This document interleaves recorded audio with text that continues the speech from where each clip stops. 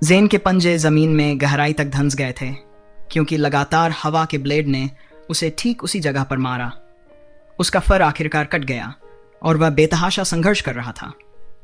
एक पल के लिए उसने तेजस को लगभग गिरा ही दिया था। हालांकि उसकी गर्दन के पिछले हिस्से पर हुए शक्तिशाली वार सहन करने के लिए बहुत ज्यादा थे। जब 10वीं पवन तलवार का प्रहार हुआ तो उसके सिर के पीछे की मांसपेशियां कट गईं, जिससे उसका राजसी कद नष्ट हो गया। 15वीं पवन ब्लेड के वार के साथ उसकी रीढ़ पूरी तरह से अलग हो गई। तेजस की आंखें चमक उठी जब उसने आखिरी 3 हवा के ब्लेडों को हटा दिया। इस समय जेन मौत के कगार पर था, अपनी आखिरी सांस तक लटका हुआ था। वह भेड़िए का सिर नहीं कटने दे सकता था क्योंकि इससे उसके वंश पर असर पड़ता। शुरू से आखिर तक यह लड़ाई सिर्फ 10 सांसों तक चली थी। यह आसान लग रहा था, लेकिन तेजस ने अपनी सारी ताकत झोंक दी थी। उन्होंने अपनी चारों रक्त रेखा छाप क्षमताओं के साथ साथ गुप्त युद्ध की अनूठी तकनीकों का भी उपयोग किया था। यह लड़ाई अविश्वसनीय रूप से छोटी थी और यह जेन की प्रतिक्रिया के कारण थी। तेजस हवा के ब्लेड छोड़ते समय छाया में छिप सकता था, लेकिन उसने जानबूझकर जेन के सामने आना चुना। इस लड़ाई में शॉक और सरप्राइज ने अहम भूमिका निभाई। वह सिर्फ 9 साल का एक मानव बच्चा था जो दिखने में एक तुच्छ प्राणी था। आमतौर पर कोई भी दानव इंसानों को बहुत महत्व नहीं देता और इतने छोटे व्यक्ति को तो और भी कम आंका जाता। जेन की विशाल ऊंचाई की तुलना में उसका छोटा कद पूरी तरह से असंगत था, जिसके कारण स्वाभाविक रूप से जेन ने उसे कम आंका। जब जेन को बाहर निकाला गया तो तेजस पास ही था। वह विवेकशील आंख से भेड़िया दानव की स्थिति को देख रहा था। स्वाभाविक रूप से उसने हमला करने के लिए सबसे उपयुक्त क्षण चुना। जेन की पहली प्रवृत्ति भागने की थी, लेकिन उसने कभी नहीं सोचा था कि इतना तुच्छ दिखने वाला प्रतिद्वंद्वी इतना भयानक होगा।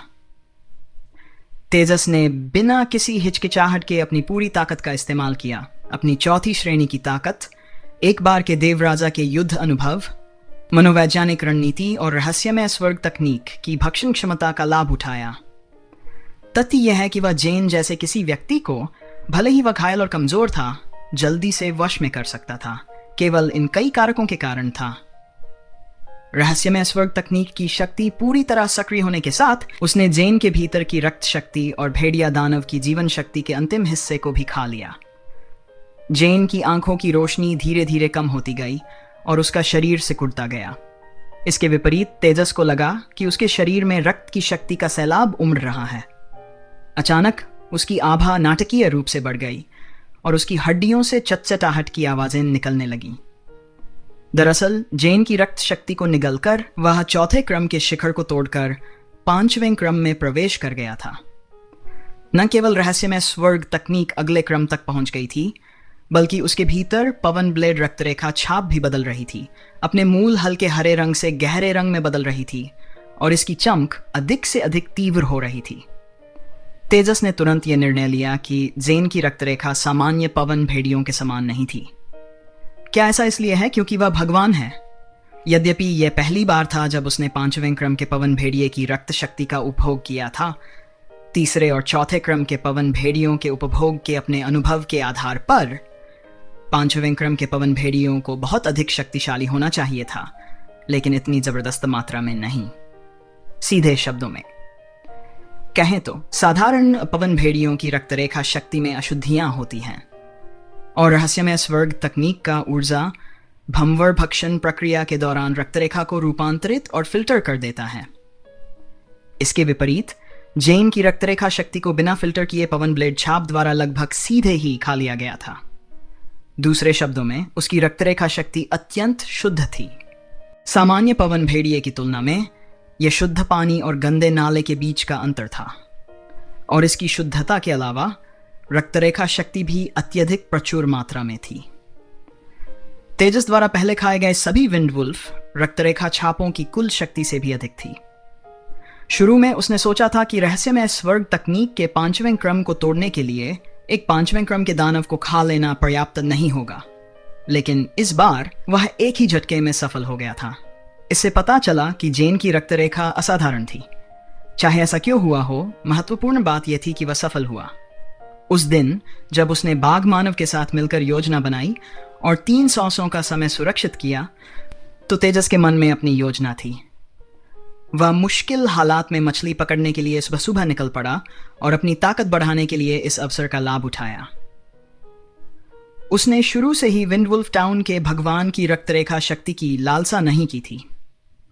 उसे पूरी तरह से यकीन नहीं था कि वह 5वें क्रम के जेन को हरा सकता है। एक पूरे क्रम का अंतर था और उसके पास अपने पिछले जीवन की क्षमताएं नहीं थीं, जिससे शारीरिक रूप से मजबूत भेड़िया दानव को हराना बहुत मुश्किल हो गया। इसके अलावा विंडवुल्फ टाउन का उच्च पुजारी भी वहां था, इसलिए वह चाहकर भी जेन के पास नहीं जा सकता था। इसलिए वह अराजकता का लाभ उठाकर पवन भेड़ियों और फ्लैश तेंदुओं के एक समूह की रक्त शक्ति को अवशोषित करना चाहता था, और वास्तव में वह यही तो कर रहा था। हालांकि जब जेन को निर्वासित कर दिया गया और जबरन रक्तरेखा सक्रियण के कारण उसकी आभा में भारी गिरावट आई, तो तेजस को तुरंत एक अवसर का आभास हुआ। ऐसे अवसर अत्यंत दुर्लभ थे। जल्दी या बाद में उसे चौथे क्रम के शिखर पर रहते हुए 5वें क्रम के दानव को चुनौती देने के खतरे का सामना करना पड़ेगा।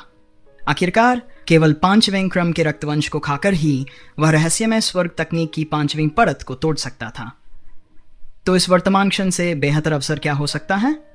उसके पास समय था, इसलिए वह प्रवाह के साथ चला गया और यह प्रवाह उसे सफलता तक ले गया। तेजस को अभी जेन से प्राप्त ऊर्जा को पचाने और अवशोषित करने का जोखिम नहीं उठाना चाहिए था। सौभाग्य से जब रहस्यमय स्वर्ग तकनीक 5वें क्रम तक पहुंची, तो उसने स्वचालित रूप से बहुत सारी ऊर्जा अवशोषित कर ली।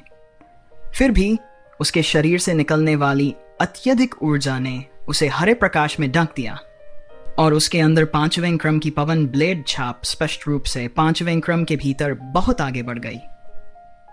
एक बार जब उसने जेन से सारी ऊर्जा निकाल ली, तो तेजस ने जेन के कपड़ों के अंदर टटोला और जल्दी से एक छोटा सा बैग पाया जिसमें संभवतः सिक्के थे। उसके पास जांच करने का समय नहीं था, इसलिए उसने छत से बैग को अपनी छाती में रख लिया। अपनी ऊर्जा भंवर का उपयोग करते हुए उसने पवन ब्लेड छाप को दबा दिया। उसी समय उसने फ्लैश तेंदुए की छाप को सक्रिय कर दिया, जो तेजी से टिमटिमाती पीली रोशनी में बदल गई। पीली रोशनी ने जेन की लाश के चारों ओर कई चक्कर लगाए, जिससे रहस्यमय स्वर्ग तकनीक की कुछ शक्ति खत्म हो गई। फिर तेजस ने एक दिशा निर्धारित की और तेंदुए के फ्लैश को सक्रिय किया और सबसे अधिक ऊर्जा खर्च करने वाले तरीके से दूर भाग गया, जिसकी वह कल्पना कर सकता था। उसके जाने के 10 सांस भी नहीं बीते थे कि 2 आकृतियां आकाश से उतरीं। तेजस की तरह ही एक पीली रोशनी टिमटिमाने लगी और एक फ्लैश तेंदुआ जेन की लाश के पास आकर बैठ गया। शव को देखकर 7वें क्रम के शक्तिशाली फ्लैश तेंदुए की आंखें आश्चर्य से चौड़ी हो गईं। इसके ठीक थे विंडवुल्फ टाउन के उच्च पुजारी एक बवंडर के सहारे घटनास्थल पर पहुंचे। जेन की लाश को जमीन पर पड़ा देखकर उच्च पुजारी ने दुख से भरी एक तीखी चीख मारी और तुरंत दौड़कर वहां पहुंची। उनके हाथ में पवन भेड़िए का हृदय बेतहाशा धड़क रहा था। कौन? किसने उसे मारा? विंडवुल्फ टाउन के उच्च पुजारी की चीख इतनी तीखी थी कि उसे 10 मील दूर से भी स्पष्ट रूप से सुना जा सकता था। एलारा ने बिना किसी हिचकिचाहट के कहा, यह मैं नहीं थी। जेन की मौत देखकर उसकी पहली प्रतिक्रिया राहत की थी, फिर भ्रम की। हालांकि यह पवन भेड़िया शहर का स्वामी 6ठे क्रम से नहीं टूटा था, फिर भी वह 5वें क्रम के शिखर पर था। वह इतने कम समय में यहां कैसे मर सकता है? इससे पहले वह विंडवुल्फ टाउन में उच्च पुजारी का सामना कर रहा था, लेकिन स्थापित 100 सांसों के समाप्त होने से पहले उच्च पुजारी की अभिव्यक्ति नाटकीय रूप से बदल गई और वह तेजी से इस दिशा में भाग गई। हालांकि एलारा को नहीं पता था कि क्या हुआ था, उसने स्वाभाविक रूप से वही किया। जेन की आभा के बारे में अपनी धारणा पर भरोसा करते हुए वह उच्च पुजारी से पहले पहुंच गई थी, लेकिन उसे जेन की लाश मिली। जब विंडवुल्फ टाउन के उच्च पुजारी ने फिर से देखा, तो उसकी आंखें घृणा से भरी हुई थीं। वह लगभग पागलों की तरह दहाड़ते हुए बोली, फ्लैश तेंदुआ, यह तुम्हारे कबीले का काम था। क्या तुम्हें एहसास है कि तुमने क्या किया है? क्या तुम्हें पता है कि जेन विंडवुल्फ किंग के वंश का है? हैरान होते हुए भी एलारा ने जवाब दिया, मैंने पहले ही कहा था कि मैंने ऐसा नहीं किया। पवन भेड़िया राजा का वंश